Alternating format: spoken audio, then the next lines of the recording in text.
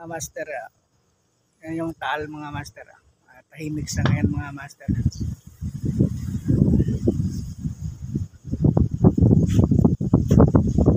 Ito to mga master sa Balite. May nagpipishing din doon mga master. Ngayon, medyo mahina ngayon mga master. Ang ganong nakagat. Nakabusog yung mga tilapia. Busog yung mga isda. Ganun mga master, ang taas ng kalsada dun. Ganda ng mga kabundukan dito mga master. Yan si Taal mga master. Yan si Volcan Taal. Yan. Tahimik sa ngayon mga master. Sige mga master.